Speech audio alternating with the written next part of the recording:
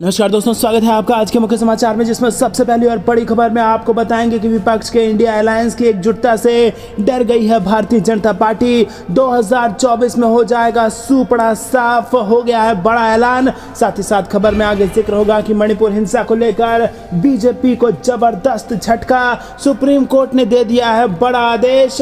और अब अपराधियों के साथ जो पुलिस वाले मिले हुए थे, पुलिस वालों की मिली भगत के आरोप की जांच होगी। जी दोस्तों, कोर्ट की निगरानी में ये जांच होने वाली है, जिसके बाद ये बड़ी खबर मानी जा रही है मणिपुर मामले में। तीसरी खबर में जिक्र होगा कि मध्य प्रदेश और यूपी और गुजरात, तीन ऐसे राज्य जहां पर भाजपा की है सरकार, इन तीनों राज्यों में हुआ बड़ा आयुष्मान भारत घोटाला। जी हाँ दोस्तों, आम आदमी पार्टी ने लगाया है बीजेपी पर यह बड़ा आरोप और सीएजी रिपोर्ट पर केंद्र से उठा दिए हैं कई सारे सवाल। चौथी खबर में जिक्र होगा कि राहुल गांधी की प्रेस कॉन्फ्रेंस में उन्होंने दिया बड़ा बयान, कहा सेना 2 दिनों में रोक सकती है मणिपुर हिंसा, लेकिन प्रधानमंत्री मोदी नहीं चाहते हैं शांति। जी हां दोस्तों, बड़ा आरोप सीधा सीधा पीएम मोदी पर लगा दिया है राहुल गांधी ने। और पांचवी बड़ी खबर में जिक्र होगा मध्य प्रदेश का, जहां पर कांग्रेस ने दिया है बीजेपी को बड़ा झटका। सिंधिया को फिर से बड़ा झटका लगा है और अब सिंधिया खेमे के बड़े नेता ने साथ छोड़ते हुए कांग्रेस में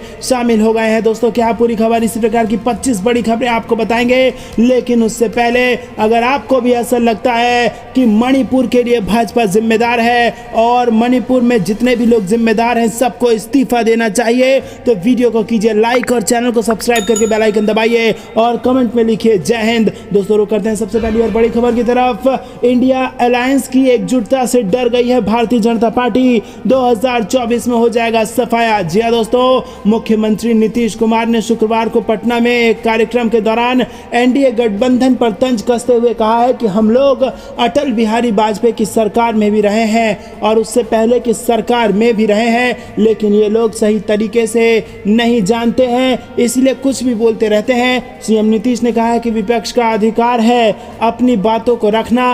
ये लोग विपक्षी दलों के गठबंधन इंडिया की बैठक से डर गए हैं। पहली बैठक तो पटना में ही हुई और अब देखिए तीसरी बैठक होने वाली है, इसीलिए ये लोग कुछ भी बोल रहे हैं। तो दोस्तों, इंडिया गठबंधन से जो एक तरीके से विपक्ष के नेताओं की एकजुटता सदन में भी दिखी अविश्वास प्रस्ताव में, जिसमें तमाम पार्टियों ने मणिपुर को लेकर बीजेपी को घेरा, प्रधानमंत्री मोदी को सदन पे खींच के लाए तमाम विपक्षी नेता और मणिपुर पर बयान दिलवाया। हालांकि मणिपुर में कुछ भी बोलने से बचे प्रधानमंत्री मोदी, लेकिन फिर भी ये विपक्ष की जीत हुई कि समूचे विपक्ष ने इंडिया अलायंस बनाया और इंडिया वर्सेस एनडीए की झलक सदन के भीतर लोगों को देखने को मिली। इसी बीच आपको बता दें कि नीतीश कुमार ने दावा कर दिया है कि 2024 में बीजेपी का पूरी तरीके से सफाया हो जाएगा। बिहार में जो भी काम हुआ है वो तो हम लोगों ने किया है। तो दोस्तों, यहाँ पर भाजपा के सफाया होने का दावा बिहार के मुख्यमंत्री ने कर दिया है। रुक करते हैं ब्रेकिंग न्यूज की तरफ। मणिपुर मामले में बड़ा झटका लग सकता है भाजपा को। अपराधियों के साथ पुलिस वालों की मिली भगत के आरोप की भी जांच होने वाली है। सुप्रीम कोर्ट ने दिया है इसको लेकर बड़ा आदेश। यहाँ दोस्तों, आपको बता दें कि मणिपुर हिंसा मामले में सुप्रीम कोर्ट के आदेश की कॉपी जारी हो गई है और मणिपुर के हालात पर सुप्रीम कोर्ट ने चिंता जताई है। महिलाओं के खिलाफ अपराधों पर सुप्रीम कोर्ट ने नाराजगी जाहिर करते हुए कहा है कि कानून प्रवर्तन प्राधिकरण हिंसा को नियंत्रित करने में विफल रही। सुप्रीम कोर्ट के आदेश में कई नई बातें सामने आई हैं, जिसमें कहा गया है कि सुप्रीम कोर्ट ने मणिपुर में हिंसा के अपराधियों के साथ पुलिस की मिलीभगत के आरोपों की भी जांच करने का निर्देश दिया है। सुप्रीम कोर्ट का कहना है कि रैंक, स्थिति, पद की परवाह किए बिना अपराधियों से मिलीभगत करने वाले पुलिस वालों के खिलाफ कार्रवाई हो।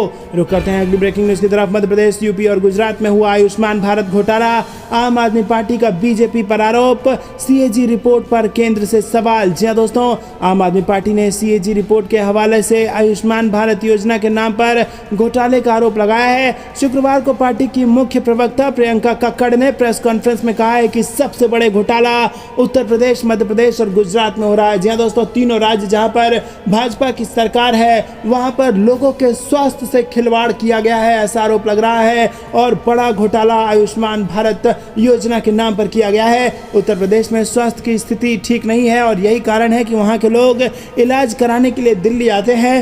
आप लोग जीटीबी व अन्य अस्पतालों में जाकर देख सकते हैं, जहां पर 50% मरीज अकेले उत्तर प्रदेश व अन्य राज्यों से मिलेंगे। आम आदमी पार्टी प्रवक्ता ने यह भी कहा कि योजना का लाभ उन लोगों एवं परिवारों को दिया जाना था जिनकी प्रति माह इनकम 10,000 या उससे कम हो। अगर किसी परिवार को मोबाइल या फ्रिज उपहार में दिया गया तो भी वो योजना के लाभ से बाहर हो जाएगा। तो दोस्तों, यहाँ पर बड़े घोटाले का आरोप लगा दिया है आम आदमी पार्टी ने भारतीय जनता पार्टी की राज्यों की सरकारों पर। रुक करते हैं अगली ब्रेकिंग न्यूज की तरफ। राहुल गांधी की प्रेस कॉन्फ्रेंस।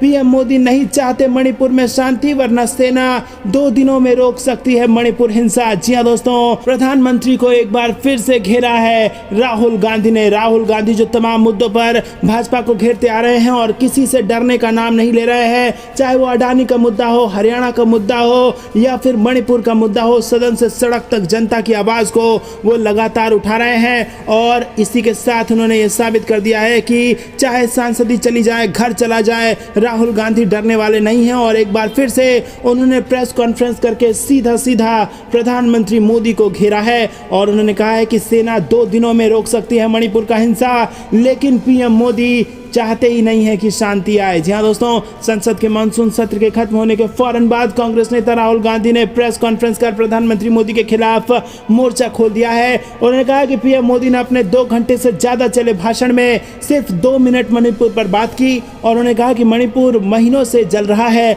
लोग मारे जा रहे हैं और प्रधानमंत्री हंस रहे थे, चुटकुले सुना रहे थे, वो उन्हें शोभा नहीं देता। जी हाँ दोस्तों, आपको बता दें कि विपक्ष ये जानते हुए कि भाजपा की सरकार नहीं गिराई जा सकती, फिर भी अविश्वास प्रस्ताव लेके आया, नो कॉन्फिडेंस मोशन लेके आया, सिर्फ इसी के लिए ताकि प्रधानमंत्री जो कि सदन में जवाब देने से बच रहे हैं उनकी जवाबदेही तय की जाए, उनको सदन में बुलाया जाए और मणिपुर के सवाल पर उनका जवाब लिया जाए। लेकिन दोस्तों, आपको बता दें कि प्रधानमंत्री मोदी 1.5 घंटे तक बोले, लेकिन मणिपुर को उचित समय प्रधानमंत्री ने देना जरूरी नहीं समझा और इसी को लेकर आपको बता दें कि हमलावर हो गए हैं राहुल गांधी। जैसे ही मानसून सत्र पार्लियामेंट का खत्म हुआ, राहुल गांधी बाहर निकले, उन्होंने प्रेस कॉन्फ्रेंस की और प्रेस कॉन्फ्रेंस में प्रधानमंत्री को घेरा और कहा कि 2 मिनट सिर्फ मणिपुर पर बात की। मणिपुर महीनों से जल रहा है, लोग मारे जा रहे हैं, लेकिन प्रधानमंत्री हंस रहे थे, चुटकुले सुना रहे थे, ये उन्हें शोभा नहीं देता। तो दोस्तों, अगर आपको भी ऐसा लगता है कि जब देश का एक राज्य जल रहा हो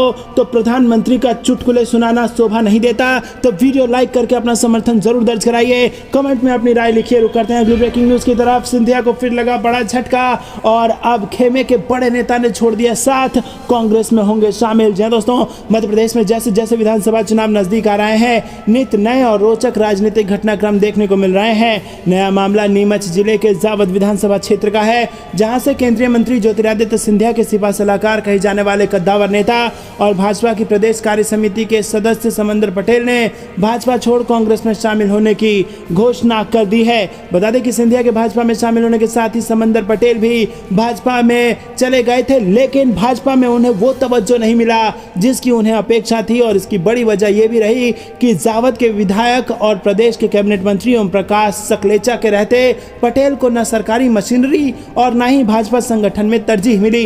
रुक करते हैं अगली ब्रेकिंग न्यूज की तरफ। अमित शाह की घुसपैठियों वाली टिप्पणी पर बिफरे मणिपुर के आदिवासी संगठन, मिजोरम के सांसद ने भी जताया इस पर अपना विरोध। जी हाँ दोस्तों, दरअसल दोस्तों, लोकसभा में केंद्रीय गृह मंत्री का एक ऐसा बयान आया जिसके बाद पूर्वोत्तर राज्य के आदिवासी संगठन ने उनकी आलोचना कर दी है और कहा है कि ये बयान एन बीरेन सिंह के नेतृत्व वाली सरकार की राय प्रतिबिंबित हुई। दोस्तों, आपको बता दें कि अमित शाह ने कहा था कि मणिपुर में जारी हिंसा कुकी घुसपैठियों के कारण हुई है। जी हाँ दोस्तों, कुकी के साथ घुसपैठिया शब्द इस्तेमाल किया और कहा कि कुकी घुसपैठियों के कारण ये हिंसा हुई है। और इसी पर आपको बता दें कि यहाँ पर आदिवासी संगठन ने गृह मंत्री अमित शाह की आलोचना कर दी है। मिजोरम से लोन मिजो नेशनल फ्रंट के राज्यसभा सदस्य ने भी मणिपुर के आदिवासियों पर शाह की टिप्पणियों का विरोध किया है। रुक करते हैं अगली ब्रेकिंग न्यूज की तरफ। ये फूल बरसाना, पैर दबाना सब फर्जी, अखिलेश यादव ने विधानसभा में सीएम योगी के सामने लगाई आरोपों की झड़ी। जी हाँ दोस्तों, यूपी विधानसभा मानसून सत्र खत्म हो चुका है। दोस्तों, आखिरी दिन नेता प्रतिपक्ष अखिलेश यादव ने जबरदस्त भाषण दिया और इस दौरान उन्होंने सीएम योगी के सामने उनकी सरकार पर जमकर आरोप लगाए।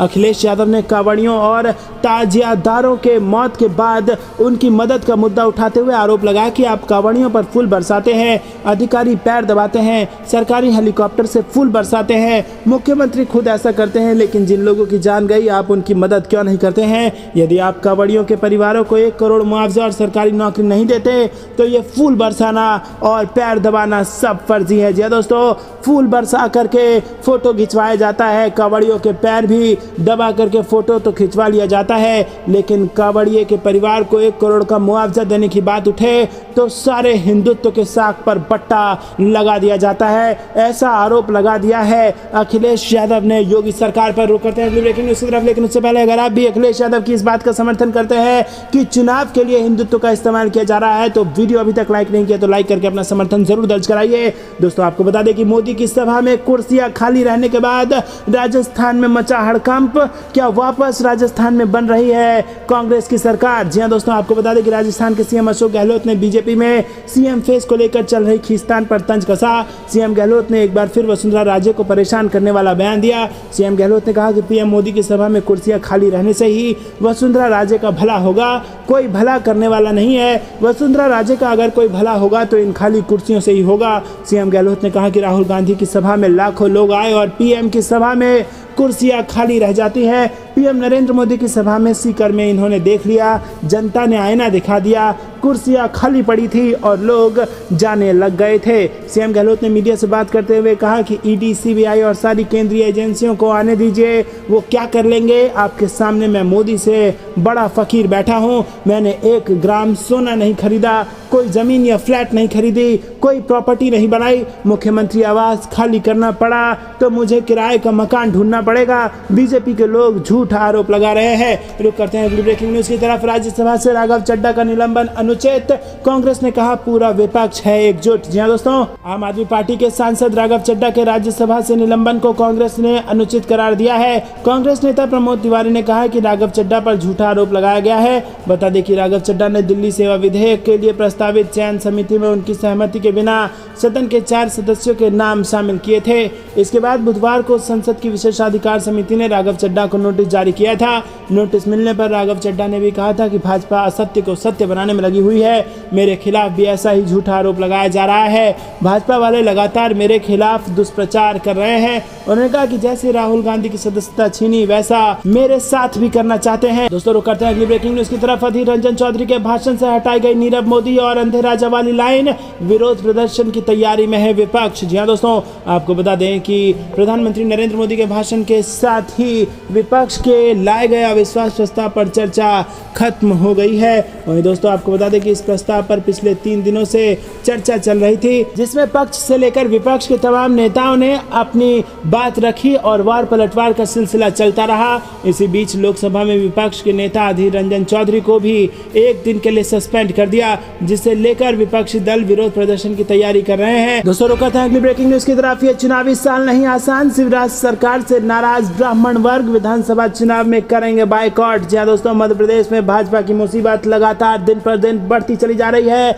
जहां एक तरफ आदिवासी वोटर गुस्साए बैठा है तो वहीं दूसरी तरफ ब्राह्मण समाज भी भाजपा की मुसीबत बढ़ाने के लिए तैयार बैठा है 2023 के विधानसभा चुनाव में। दोस्तों, अगर आपको भी ऐसा लगता है कि मध्य प्रदेश में बनने जा रही है कांग्रेस की सरकार और अभी तक वीडियो लाइक नहीं किया तो लाइक करके कृपया करके समर्थन जरूर दर्ज कराइए। आपको बता दें दोस्तों कि राजनीति में कई बार एक्शन का रिएक्शन इतनी देरी से आता है कि अंदाजा लगाना मुश्किल हो जाता है कि एक्शन कौन सा था और रिएक्शन कौन सा था, और झटका आया तो आया कहां से। मध्य प्रदेश के बीजेपी प्रदेश प्रभारी रहे मुरलीधर राव का बयान ऐसे समय आया है कि हमारी एक जेब में ब्राह्मण है तो दूसरी जेब में बनिया है। आप भूल चुके होंगे, लेकिन लगता है ब्राह्मणों के दिमाग में ये बात इतनी आसानी से जल्दी डिलीट नहीं हो पाएगा। कभी ब्राह्मण बनियों की कही जाने वाली बीजेपी के लिए इस बार मध्य प्रदेश के विधानसभा चुनाव में ब्राह्मण ही चुनौती बनने की तैयारी में आ रहे हैं। जी दोस्तों, और इन सब का कारण है भाजपा के नेता का एक बयान, जिसमें कहा गया कि हमारे एक जेब में ब्राह्मण है तो दूसरी जेब में बनिया। तो दोस्तों, एक तरफ आदिवासी नाराज, दूसरी तरफ अब ब्राह्मण नाराज और तीसरी तरफ बनिया नाराज। दोस्तों, क्या इन तीनों समुदायों से पंगा लेने के बाद भाजपा जीत के सपने मध्य प्रदेश में देख पाएगी? आपको क्या कुछ लगता है? कमेंट में जरूर अपनी राय बताइए। रुक करते हैं अगली ब्रेकिंग न्यूज की तरफ। मणिपुर में शांति बहाली के लिए सड़क से संसद तक लड़ाई रहेगी जारी। इंडिया के नेताओं ने लिया ये बड़ा संकल्प। जी दोस्तों, कांग्रेस अध्यक्ष मल्लिकार्जुन खड़गे ने शुक्रवार को मणिपुर की स्थिति पर चर्चा के लिए इंडिया गठबंधन के नेताओं के साथ बैठक की और कहा कि पूर्वोत्तर राज्य में शांति और सामान्य स्थिति बहाल करने की लड़ाई सड़क से संसद तक जारी रहेगी। Indian national developmental inclusive alliance यानी इंडिया के सदस्य नेताओं ने खड़गे के कक्ष में मुलाकात की, जहां विपक्षी नेताओं ने मणिपुर की स्थिति पर चर्चा की और सरकार से वहां शांति बहाली की कोशिशों को तेज करने की मांग की। कांग्रेस ने अपने आधिकारिक एक्स हैंडल से कहा, कांग्रेस अध्यक्ष खड़गे ने इंडिया के नेताओं के साथ बैठक की। मणिपुर में शांति लाने के लिए जो आवश्यक होगा हम वो करेंगे और ये लड़ाई सड़क से संसद तक जारी रहेगी। रुक करते हैं अगली ब्रेकिंग न्यूज की तरफ। तुम हमें वोट मत देना, बस एक काम कर दो। मध्य प्रदेश में मुसलमानों से बीजेपी नेता की विवादित अपील। जी हाँ दोस्तों, मध्य प्रदेश में विधानसभा चुनाव की तैयारियों में जुटी भाजपा कार्यकर्ताओं में जोश भरने में जुटी है और इसी क्रम में गुरुवार को रतलाम में भी कार्यकर्ता सम्मेलन आयोजित किया गया। इस दौरान भाजपा उपाध्यक्ष आलोक शर्मा मुसलमानों को लेकर कई विवादित टिप्पणी कर बैठे। शर्मा ने मुसलमानों से कहा कि वो भाजपा को अपना वोट नहीं देना चाहते हैं, ना दें, लेकिन सिर्फ इतना काम कर दें कि वो वोट डालने बूथ पर भी ना जाएं। उन्होंने मोदी और शिवराज के कामकाज के मुसलमानों को मिले फायदे गिनाते हुए ये अपील की। तो दोस्तों, मुसलमानों का साथ नहीं चाहती है भाजपा, और जहां एक तरफ प्रधानमंत्री मोदी सबका विकास सबका साथ जैसे भाषण देते हैं, तो वहां दूसरी तरफ उनके नेता इस प्रकार के भाषण से देश के लोकतंत्र को शर्मसार करने में नहीं चूकते। और यहाँ पर उन्होंने कहा है मुस्लिम समुदाय से कि आपको वोट नहीं देना है तो मत दीजिए, लेकिन केवल इतना काम कर दीजिए कि आप किसी को वोट मत दीजिए। तो दोस्तों, ये बेतुका बयान जो सीधा सीधा लोकतंत्र पर, फ्री एंड फेयर इलेक्शन पर हमला था, इस प्रकार का बयान दिया गया है भाजपा नेता द्वारा। दोस्तों, रुक करते हैं अगली ब्रेकिंग न्यूज की तरफ, जिसमें आपको बता दें कि बीजेपी कहां गटक गई ठेकेदारों के बिल। कर्नाटक के deputy CM DK Shivakumar के सवाल पर बवाल। जी हां दोस्तों, ठेकेदारों के बिल बकाए पर मची रार के बीच कर्नाटक के उप मुख्यमंत्री डीके शिव कुमार ने बीजेपी पर बड़ा निशाना साधा। शिव कुमार ने कहा कि बीजेपी जब सत्ता में थी तो क्यों नहीं इन लोगों के बिल पास किए गए। अब जब कांग्रेस की सरकार कर्नाटक में बनी है तो ये लोग ठेकेदारों के हितैषी बन रहे हैं। रुक करते हैं अगली ब्रेकिंग न्यूज की तरफ। अशोक गहलोत ने महिलाओं को स्मार्टफोन देने का वादा निभाया। योजना के पहले चरण में बांटे हजारों स्मार्टफोन। जी हाँ दोस्तों, आपको बता दें कि राजस्थान के मुख्यमंत्री अशोक गहलोत ने गुरुवार को इंदिरा गांधी स्मार्टफोन योजना के पहले चरण के तहत जयपुर के बिरला ऑडिटोरियम में महिलाओं को स्मार्टफोन वितरित किए।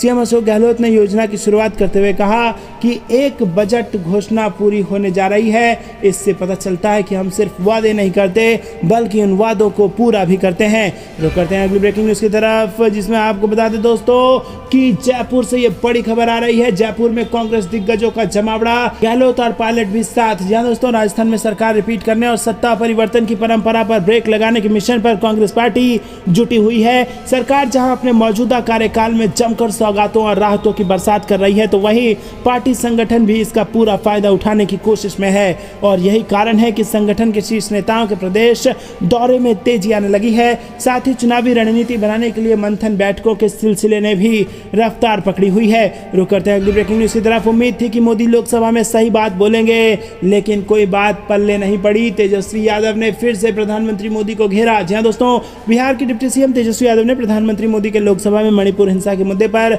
दिए गए भाषण पर निशाना साधा है। तेजस्वी यादव ने शुक्रवार को कहा कि सबको उम्मीद थी कि पीएम मोदी लोकसभा में सही बातें बोलेंगे, लेकिन उनकी कोई बात पल्ले नहीं पड़ी। वहीं मुख्यमंत्री नीतीश कुमार ने भी मोदी सरकार पर निशाना साधते हुए एक बार फिर बिहार की अनदेखी करने का आरोप लगाया और उन्होंने कहा कि विपक्षी दलों के एकजुट होने से बीजेपी परेशान हो गई है। मुख्यमंत्री नीतीश कुमार और डिप्टी सीएम तेजस्वी यादव ने शुक्रवार को पटना के सप्तमूर्ति पर माल्यार्पण किया। रुक करते हैं अगली ब्रेकिंग न्यूज की तरफ। मध्य प्रदेश चुनाव से बड़ी खबर। मध्य प्रदेश के पूर्व मुख्यमंत्री कमलनाथ ने पीएम मोदी पर किया शायराना तंज। जी हां दोस्तों, आपको बता दें कि मध्य प्रदेश के इस वर्ष विधानसभा चुनाव होने हैं, जिसको लेकर कांग्रेस और भाजपा एक दूसरे पर हमलावर हैं। और इसी बीच ट्वीट के माध्यम से कमलनाथ ने संसद में दिए गए प्रधानमंत्री मोदी के भाषण पर तंज कसने का प्रयास किया।